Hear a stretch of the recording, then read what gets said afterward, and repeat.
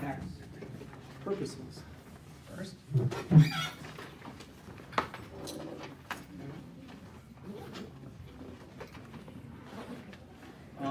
one is just for the government to collect revenues for all of its various expenditures. And we've talked a little bit about that. The income tax, corporate taxes, excise taxes, and social security tax, things like that. So the government to collect revenues for its basic expenditures. Another purpose is to redistribute income.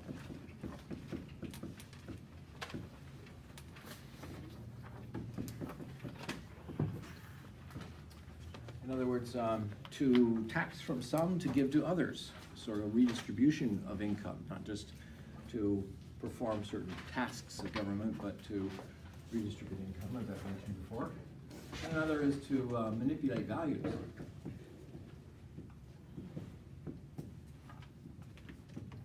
And we'll be getting into that a little bit later too, but the idea here is that, well, by taxing something, it's discouraging some kinds of behavior without outright prohibiting it. And by giving tax breaks or tax cuts or lower taxes to certain people or certain things, it's to encourage other kinds of behavior. So it's to affect people's values, by making things more expensive or less expensive. Now, there's 3 tax types for accomplishing these sorts of things. And these are the ones I'm going to squeeze one over there.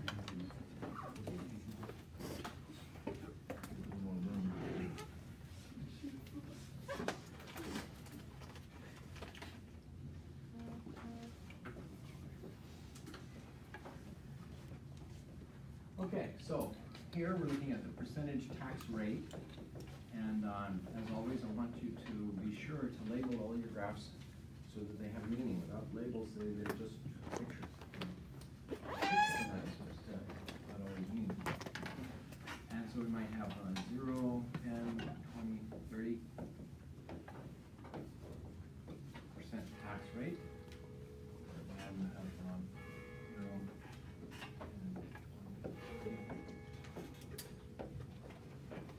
20, 30%.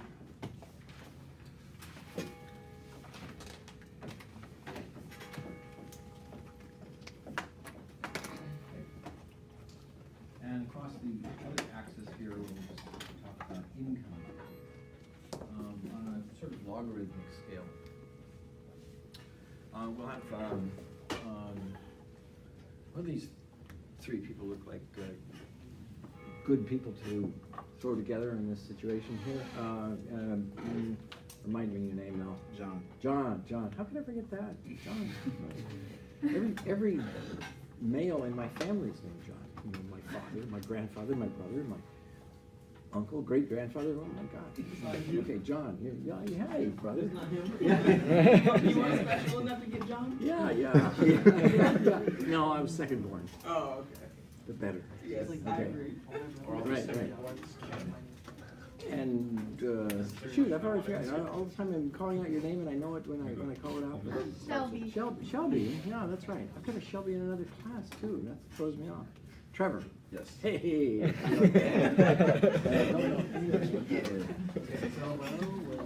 John, Shelby, and Trevor. They're good friends, and they share an apartment over here at Kukui Plaza. And they say, well, we don't want to cook for ourselves. We might as well just, when we buy our groceries over at Safeway, we're going to buy them all together at the same time, and we'll bring them home and we'll take turns cooking, to see what comes up. So by the fact that they split the bill evenly for their food, they're all paying the same amount of money on their sales tax. Okay, so the sales tax is the same, but their income is different. Okay, John is such a serious student that he's busy studying all the time, and he doesn't have a full-time job anywhere, but because he's such a serious and excellent student, everyone wants to pay him, a little bit of cash to tutor them, give them special attention and help in studying. So he's real popular with the study groups, okay? But he earns about $1,000 in the year from all of these people who are so eager to learn from his brilliance. Is that in the year? Yeah, it's just spread out over the year, just $1,000 in tutoring. Might get your brilliance up, bud. Okay, now Shelby, on the other hand, she's got a job on campus, and she delivers the mail around on campus. Every day, she's out there delivering the mail all over the campus and everything like that. And she earns about $1,000 towards her expenses, but it's a part-time job. She earns $10,000. Trevor, on the other hand, he's this great singer, you know, and My showerhead thinks so. that's right. Shower singing was so, we heard it around the world, and you know, the people at Hilton Hawaiian Village said, well, we want to hire you to come over here and sing every Saturday night when they're doing the luau for the fireworks and all that sort of thing. And he's really good. So they pay him $100,000 a year. Okay? What? Okay, so Brilliance ain't working for you. Start singing. would you give us a sample of your singing? Only with the showerhead, you know. Oh, I need the I need it. microphone. Yeah, okay. You do leave your clothes on when you're singing. Yeah. I had to get over the stage fright at first, but you know. Yeah.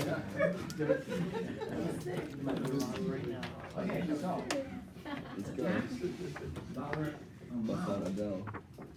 is the same for each of them when they're paying their sales tax for the groceries. It's, for the year, their sales taxes amount to about $300, okay? Well, now that's a pretty big portion of what John's earning, but, you know, he's not living entirely off of that. He's saved up from, you know, to pay for his college, and so he doesn't want to be working at the same time as he's studying. He wants to be able to concentrate full time. But he still has to eat. And so he's still paying $300 as his share of the sales tax with the meals that they serve. But as a matter of percentage of his income, it's a pretty high percentage. As a percent tax rate, he's paying about 30% of his $1,000 of income for that sales tax. It's a pretty big portion. And Shelby, on the other hand, is paying 3% of her income for the taxes. And Trevor, with his huge income, he's only paying about 0.3%. Okay, so if you plotted this out on the graph here, $1,000 income, 30% would rank here. $10,000 income, 3% would rank here, and $100,000 income, 0.3% would rank here. Okay, so this graph is a graph of the rates of taxation at these different income levels by the sales tax. And they're paying the same amount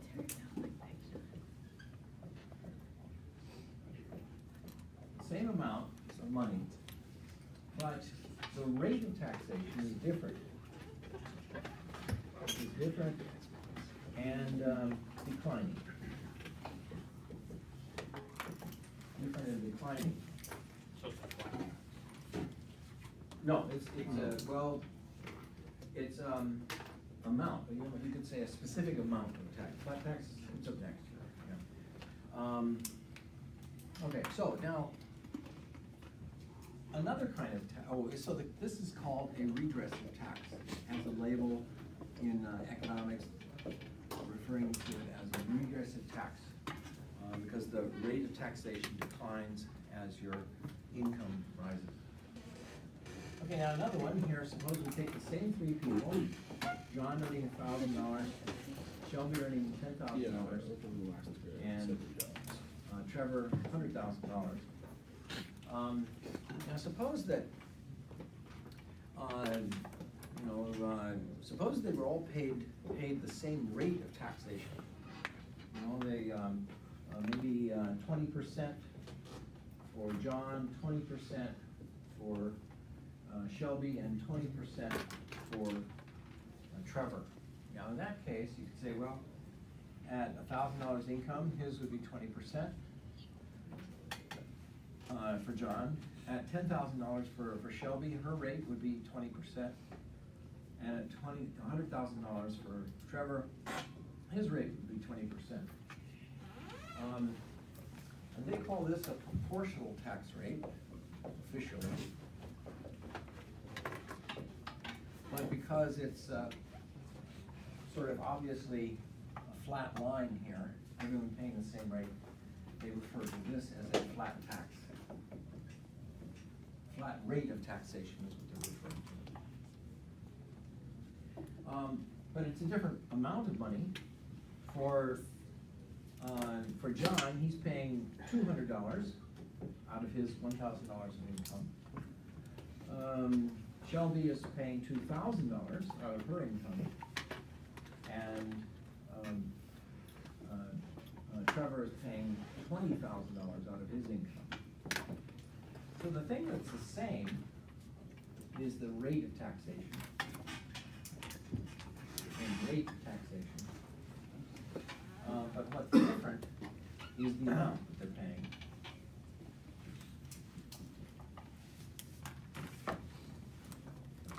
And rising. The amount that they're paying goes up. Now, for most of American history, these were the only two types of taxes that were legal. Because the Constitution declared that people had to be treated equally. You either charge them the same amount of tax, such as the sales tax or a tariff, or you could charge them the same rate of taxation. And sometimes that might have applied, let's say, to the property tax. The amount of money that you paid on the property tax differed, maybe by different places or locations or quantities but it didn't matter what your income was, you're always paying the same rate on that. So they would say, well, that's maybe a proportional tax. And every time, whenever other kinds of taxation were proposed, such as during the Civil War, Abraham Lincoln introduced a progressive tax. The Supreme Court ruled that unconstitutional, because you had to charge people the same amount or the same rate. You didn't charge different people different rates. Until the passage of the 16th Amendment to the Constitution in 1913, just before World War Part I. They said, well, people at low levels of income will pay one rate of tax. People at a higher level of income, higher still, and higher still at the $20,000 level. Okay, so I say that while the rate of taxation will rise as the income goes up, so 10% for John, 20% for Shelby, and 30% for Trevor. So the amount of money that John would pay would be $100. The amount of money that Shelby would pay would be $2,000. And the amount of money that Trevor would pay would be $30,000. Okay, so they're all different. This one's different, different rate, and rising. The rate goes up as the income goes up, and the amount that you pay is also different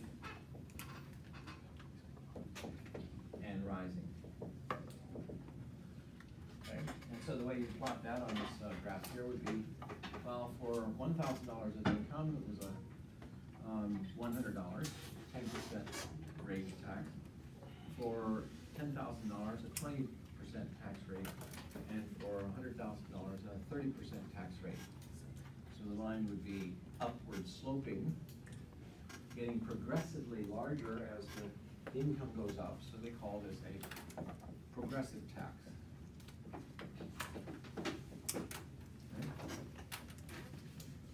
Okay. So, three different kinds of tax rates. Now, some people, there's a lot of dispute about these things too. Like, for example, when people charge businesses a corporate tax or a business tax, they say, oh, well, the wealthy are paying that. So that's a tax on the wealthy, not on the poor. Or if you tax a landlord who owns an office building or tenants, that he rents out apartments, well, then it falls on the landlord. Not so, say, the critics, because, you know, if a business has a tax, it's a cost of doing business, and how does he pay for the cost of doing the business? He what?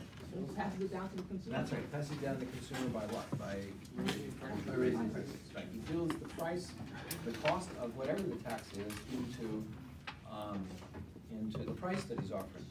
So in a sense, there have been critics who said that, well, all business taxes, corporate taxes, and apartment taxes, landlord taxes, and so on, may actually fit into this category because they may be paying a tax, but they put it on to their customers regardless of what their income is, they're paying a higher price for it. So there's that sort of dispute that goes on.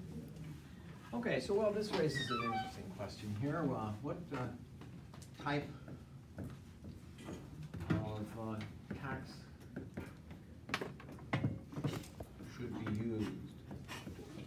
Type of tax. Should it be a regressive tax where everybody pays the same amount of money? Should it be a proportional tax where everybody pays the same rate of tax? Should it be a progressive tax where people pay a higher amount as their income goes up? Or should it be a combination of all three? Or should it be, well, should they use non-tax alternatives?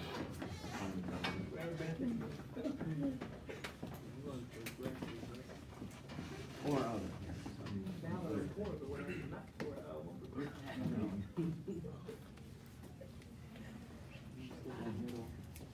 Are you asking in general? What's that? Are you asking in general or Yeah. according to their purpose? In general, yeah, which type of tax should be the tax? So a combination would be taxing a different way per purpose, right? Yeah, it could be any combination of the previous three, yeah. How many people say, well, taxes should be regressive, where everybody pays the same amount of money? 2, 3, okay. How many say taxes should be proportionate, meaning that everybody pays the same rate of taxation? 2, 3, 4, 5, 6, 7, 8, 9. How many say the tax should be progressive, the tax rate goes up as the income goes up? 1, 2, 3, 4. How many say it should be a combination of all three? 1, 2, 3, 4, 5, 6. How many say, well, we should get taxes from non-tax alternatives, or not taxes from, but income from all of it? Okay, how about other here? Any other here? Yes, other. What is the other? The other, yeah. So, I'm from Saudi Arabia and we didn't have tax at all. Ah, no taxes. No taxes. Wow, great. So how's that work? So, the government uses the resources of the country to provide for the, and we have free schools and free healthcare and everything is free. Okay, excellent point. And what is the main resource of Saudi Arabia? Of course, oil. Oil. But the US has almost has the same amount of oil that we have. Good point. Actually, up in Alaska, there is no income tax because the government, the state of Alaska collects a share of the revenue from oil. And they use that to eliminate the income tax in Alaska. Yeah. Okay, well, so we actually you fit that into this category here, the non-tax alternatives. It's another way of funding government activity. Good point. Okay, any discussion about these? That's an excellent point. Any other thoughts you want to have for us? Yeah. So for the combination, like, could you give us like an example for like a policy or something where they would do a combination pattern of taxes? Like, Well, actually, like a roll of it? this is the way it is in the United States. You know, for those of you who voted that, you're voting with the way it is, because there's a multitude of taxes. There's all kinds of taxes. There's an income tax, which tends to be of this type here. But there's sales taxes, tariffs, excises, business taxes, property taxes, all sorts of things that are a combination of multiple taxes, probably dozens and dozens, maybe 100 different kinds of taxes.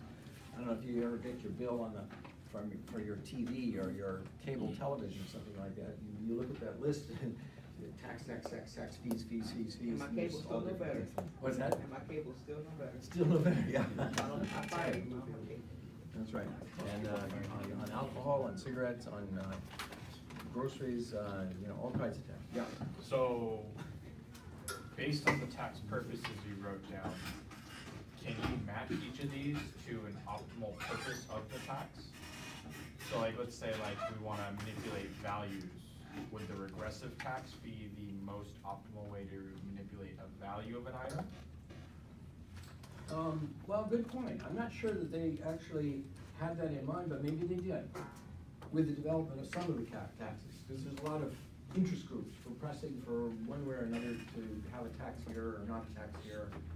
And so maybe they do have that in mind when they develop a certain kind of thing. Like, for example, they say, well, we want to, we have a cigarette tax because we're intending to discourage people from smoking. So I say, well, by raising the price of tobacco, then we're gonna discourage it. And by the way, then we'll collect a whole bunch of revenue from that.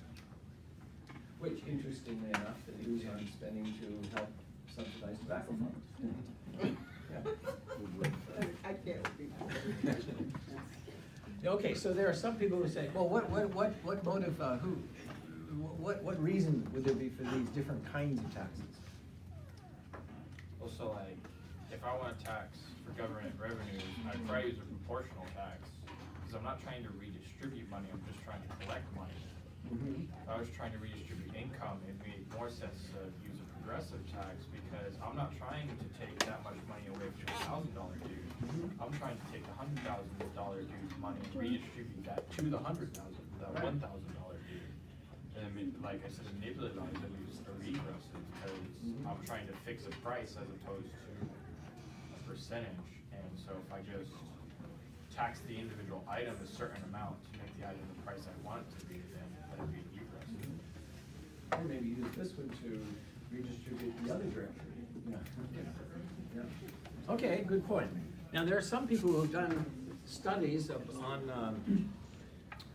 the combination of all kinds of taxes at one time. It's pretty complicated and difficult to do because every state and local government has a different tax from every other. The national government has the same rate for everybody in the whole country, but half of all the government expenditures are collected at the state and local level too. And those are different in every state. So some people have taken a district, like the Shar-Cardozo district outside of Baltimore, I think was one. But they said, okay, we're gonna look at the effective tax rate.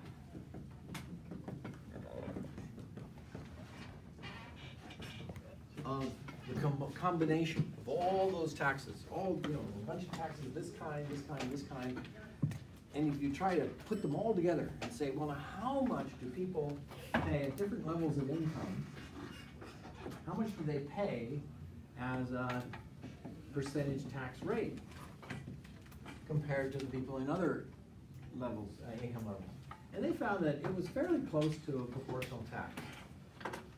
Because what you're doing is you're taking a lot of these kinds of taxes, and putting them all together. And it's no surprise that in a sense, when you put them all together, then it comes out to something like this. So then they just did the study just a little bit further. They said, well, let's analyze then who the money goes to after, the redistribution, or who gets the money afterwards. And I can only cite one study. I'm sure it's different in every district of the country, but one that was cited by one source said, well, if you look at the effective tax rate and subsidy, meaning how much do people pay and then how much do they get back from the taxes, which is a very tough thing to evaluate, but nevertheless they did it. They said it worked out something a little bit more like this, where these are getting more of a subsidy than they are paying in taxes. These are getting more of a subsidy from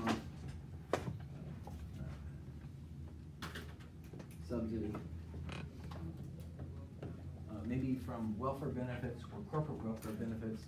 And the people in the middle were paying more in taxes than they were receiving in benefits, which may be one reason why during campaigns, political elections and so on, a lot of times politicians will say, well, we're here to help the middle class. because they're the ones that wind up paying for the bill in areas where maybe they're not paying so much in taxes but receiving benefits, or where they've got a lot of tax exemptions and are receiving a lot of benefits, and the bill tends to fall down. Okay, just some analysis of it.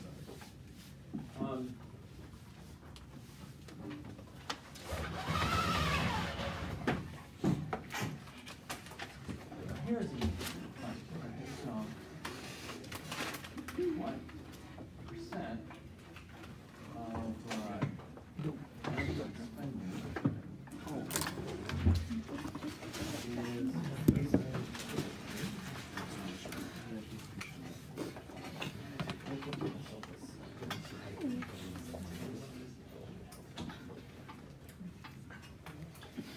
okay, what percent of government spending is wasted? Well, none of it's wasted.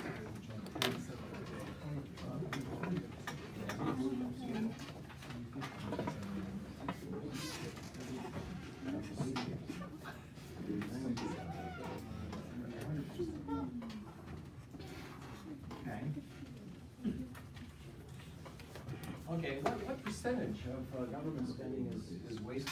Now, it's a general feeling, just, all the things that you've experienced in your life and heard about and so on, how much of it is well spent? If you were in charge, you'd spend that well in a good way, and if you were in charge, you'd say, well, stop spending it on that, it's a waste, or it's useless, or counterproductive, or something.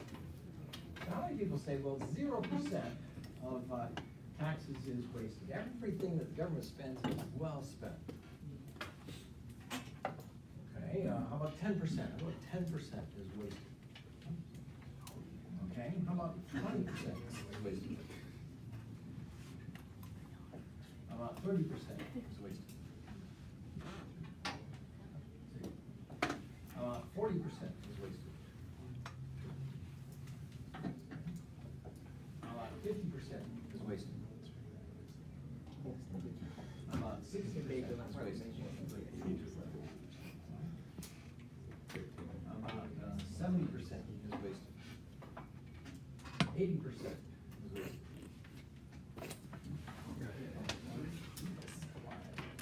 90% is wasted. 100% is wasted. Okay? Well, that's an interesting thing because maybe these are judgmental things and hard to evaluate. But, so you might conclude from this that, well, maybe a certain portion of it is, maybe people could come to a consensus that a lot of it is wasted. I mean, nobody says that it's all well spent. And of course, it depends on where you're living in and so forth too. Okay, now, if that's true, and of course, one of the non-tax alternatives might be, well, just don't spend it. Don't collect the tax in the first place to be wasted. So if you could cut waste, then funding the rest becomes a little bit more manageable. Okay, so stop that. And a lot of times you find in political campaigns, politicians often are saying that, well, we're going to cut taxes. And then people will say, well, isn't that going to mean? We're going to cut taxes. We're going to cut the debt, the national debt. How are you going to do that? Oh, we're going to eliminate government waste. Okay. Well, they all say it. So it remains to be seen. Okay, all the time if it's accomplished. Okay, so one other way of managing the rest is one that Saeed's mentioned here. Happens in the Soviet Union. Managing resources better.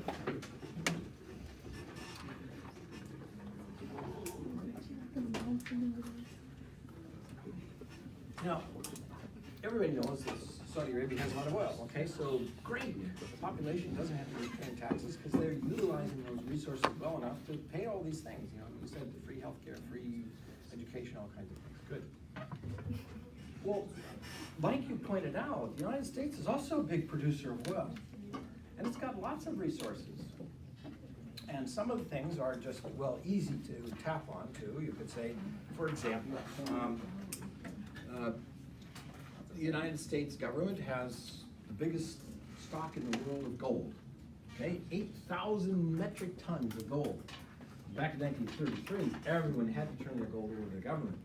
In the 1970s, they were again allowed to own it, but then it's taxable every time the value of gold goes up relative to the dollar, and they tax the capital gains. Nevertheless, still 77% of all the gold that's in the country, in the United States, is held by the government. Why? Say the critics. Why don't they just, there's this big vault at Fort Knox in Kentucky, and the Federal Reserve Bank vaults in New York City, huge quantities of gold, and it's expensive to protect it. I don't know if you've ever seen the movies about how, Goldfinger and Die Hard, and a bunch of movies were made about people who raided the gold, I mean, and it's a tough place to get into. They've got all kinds of vaults and guards and police and everything, because all that gold is in there. But why? There's no connection whatsoever to the money supply. Because in 1933, they disconnected the quantity of gold from the quantity of paper they printed up. That's why they printed up a lot of paper, because they weren't restrained anymore by the quantity of gold they had. And at first, they were not allowing people to own gold, but they did. They didn't say, we'll get rid of your gold, and then they did it. No, they kept the gold. Well, so why? People say that's worth a lot. When they first passed over the gold, it was worth $20 for an ounce of gold. How much could you get for an ounce of gold today? Yeah, an ounce of gold today. Maybe $1,300 or so. It's better than $20, right? So the gold is the same ounce of gold, but now it's worth $1,300. Wow, that's a lot of gold. 8,000 metric tons of gold. So, okay, then they say, well, instead of just taxing people to pay for things, that's a resource they could sell off. Why don't you start selling gold? Yeah, start selling gold. In fact, there was a story, I don't know how much, I saw it in the papers, but I didn't hear much of it since. I remember the German government says, well, we've got a lot of gold stored in the vaults in New York, the U.S. government vaults. And they said, well, we'd like it back. And the U.S. said, well, okay, we'll send it back in 10 years. And the question was, well, why not go away? But anyway, maybe it's not there. I don't know. Looks like it's not there. You gotta find it. Yeah, we've got to do it. Go buy some gold. And there's some other things that are of dispute. For example, other resources. The United States has a lot of land. Every government has lots of land. The United States owns about 1/3 of the nation's land, and it's all over the place. Now this map is normal, but a little deceptive. Hawaii probably is not this big, and it's not in that location. Alaska is much, much bigger, and not in that location. I remember I used to live in Alaska, and I remember we used to have jokes about with people from Texas. People from Texas would say, if we just melt the snow, then Alaska would be the second largest state. And people in Alaska would say, yeah, well, if we cut Alaska into two, then Texas would be the third largest state.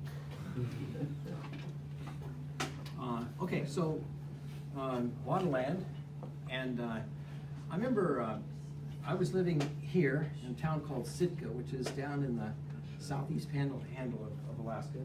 And believe it or not, even though the size doesn't quite show it there, it's the largest national forest in the United States forest system. We got lots of forests.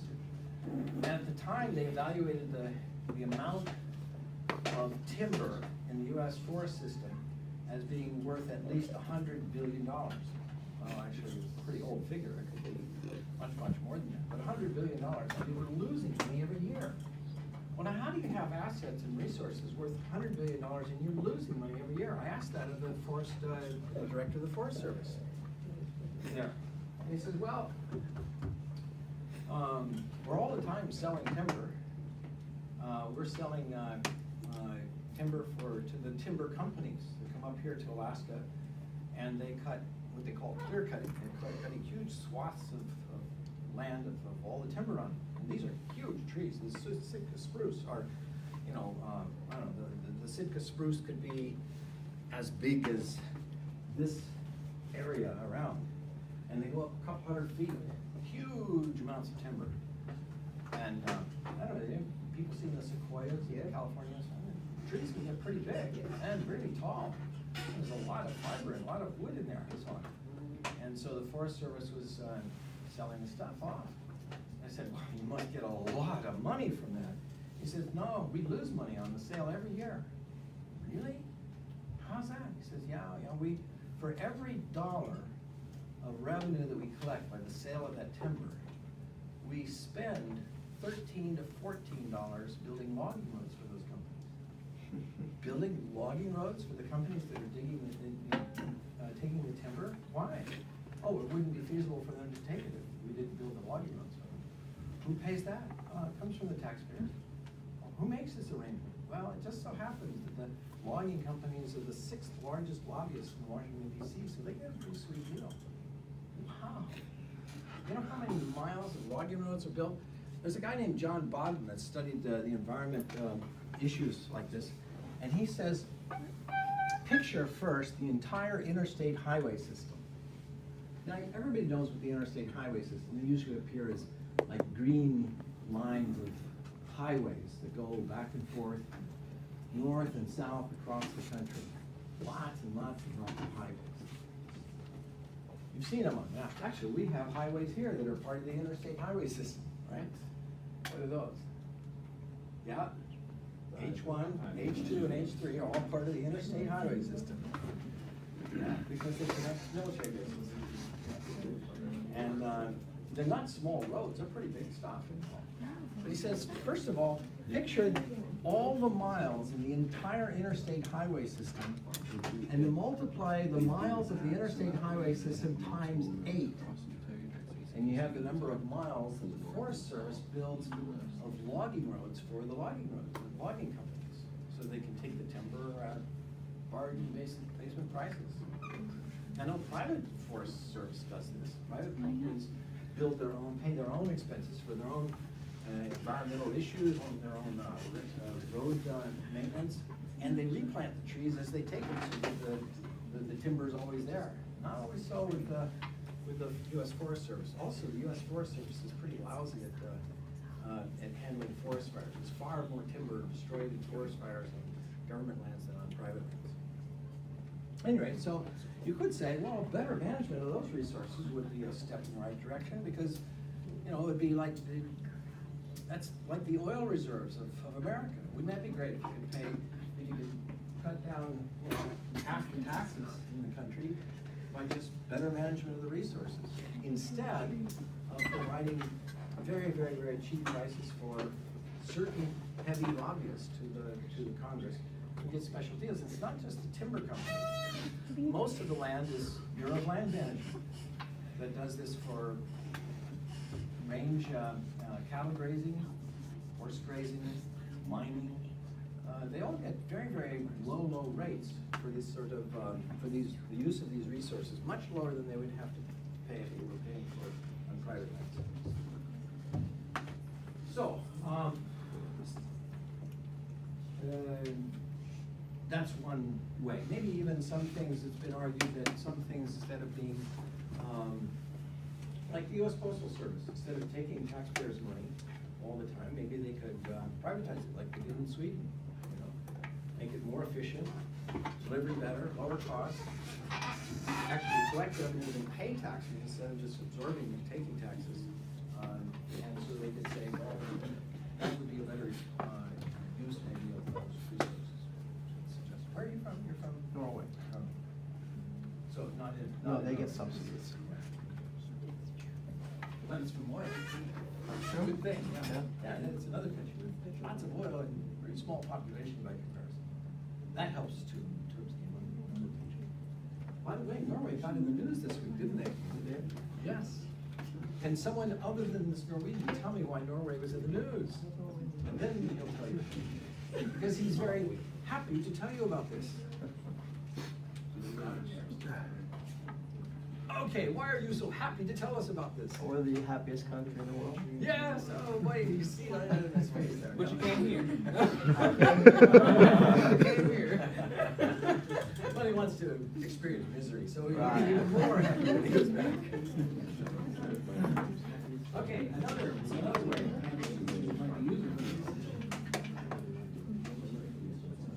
User fees. In other words, those who use a particular service or resource and so on would be the ones that use it. Now, that could be applied for the forest, you know, if you're using the timber and all that, you pay for all the expenses. In fact, I was told that by the head of the Forest Service in Alaska, that none of the timber up in Alaska would have been cut if it hadn't been for these massive subsidies for the taxpayers of the rest of the country. They get really cheap when they do so. They even built huge dams so they could provide electricity and electrical power for them too. And they exempted them from the taxes for 10 years. Okay, so user fees. What about the ports? Some people say, well, the ports are valuable for as a public good for the general public, so maybe everybody should be taxed to pay them. Other people say, well, no, the shipping companies should pay those, so that those who use them and those who benefit by that service actually pay the expenses of those things, rather than other people who are not interested, maybe even their competitors. You know, because by taxing everybody, even the airlines and trucking companies are paying for things that are used by their competitors. Airports. It's been argued that people who fly in airports, the airlines and the airline passengers are the ones who should pay the fees for the operation of the airport. The zoo. It's argued that if people really wanted to come to Waikiki so they could view zebras and lions and tigers and things like that, let them pay for it. Why charge people in Hawaii to build a zoo that isn't of that they may not be interested in, or that they think where the animals should be studied in their natural habitat or something. And actually, the zoo in Hawaii is a mixture of these two things. Half of the expense of the zoo is paid for by an entrance fee. People who are at the, there's one reason why it's located down next to Waikiki and all the tourist business is that it's considered to be an attraction for the tourist business. So they say, well, maybe the tourists who come through the gate and pay for it because they're using the zoo. But the other half of the cost of the zoo is being paid for by everybody around the state. For that. So user fees might be a way of as an alternative for taxes. Another alternative might be a lot of states have lotteries to gather revenue. Say, well, we want more revenue, and if we raise our taxes, people are going to rebel. They're going to be very upset, and there's going to be a tax revolt. So we'll hold a lottery. People aren't upset about lotteries because they can choose not to play the game. Has anyone ever played a state lottery? They don't have it in Hawaii, but they have it in almost every other state. Okay, yeah. Did you win? The odds are kind of slim. Now, the people in Las Vegas, the people who run the casinos in Las Vegas and in the Atlantic City say that your chances of winning are 95% of, there's a return to people who play games of chance of 95 cents on the dollar in Las Vegas and in Atlantic City. And the reason they have a lot of payout is because they're trying to win customers from their competitors. And they want a lot of people to keep playing the game. You know what the payout is on $100 in betting in the lottery? It's just state lotteries. Well, maybe about 40%. Maybe 40% of the money that is bet is then returned, to the people who act, and they come up with these big jackpot things, like $200 million, and chances are pretty rare of getting it. But they also have smaller prizes so that people will keep going at it. But you don't have to play the game. It's a little bit different than a tax in that they say, well, okay, and if you do win, what happens to the Tax like a crazy. Yeah, and half of it's tax. You get punished. So they spread out the payoff over the next 20 years, or the next 2,000 Most years. are gonna die before they get the money anyways. Yeah, that's right. You die within, Celebrating. well, like 90% would die within like the first 3 years or something. That's all. Wow. Well, usually they're like car accidents, Mysterious motor death. accidents, things like that. It's mysterious. No, not mysterious. So the idea behind it is, if you win a bunch of money, and all of a sudden you get all these fast cars, boats, and those kind of things that you weren't able to afford before, you never received the training or the experience to use them, and then you go use them, and then a good portion of these people die using them. Now, does the payout continue to their heirs, or does it No, stop? it stops. It stops? Yep. Wow. Wonder they might have taken out over 20 years. That's interesting. Say one lump sum. Another thing that's been proposed is when we check off. Like Rockefeller get like 25 million tax transfer. Now, this isn't strictly an alternative tax, but it is a kind of thing that allows for some indication of whether you want taxes to be spent on such and such a thing. For example, our tax collection, everybody's gonna be expected, if you're earning an income, to be filing your forms by April 15th for the national government. And there is, on that form, a little box you can check that says you can spend $3 more, you can have the government spend $3 more for this item or not. If you leave it blank, they'll spend $3 less. What's that item on there that's allowed? Presidential campaign. What's that? Presidential campaign. Presidential campaigns, yeah, if you want $3 more to be spent on presidential campaigns, you can check that box, okay, you're given that choice. Now, in recent years, they haven't been using that because, the presidential campaigns haven't been using it because to qualify, they have to limit their own expenditures to qualify for this matching funds. And I think, the last one to do the matching was John McCain. He accepted, limited his campaign spending, but usually campaigns, spend a lot. In any case, well, people say, well, if it's so good for presidential campaigns, then why not for everything else?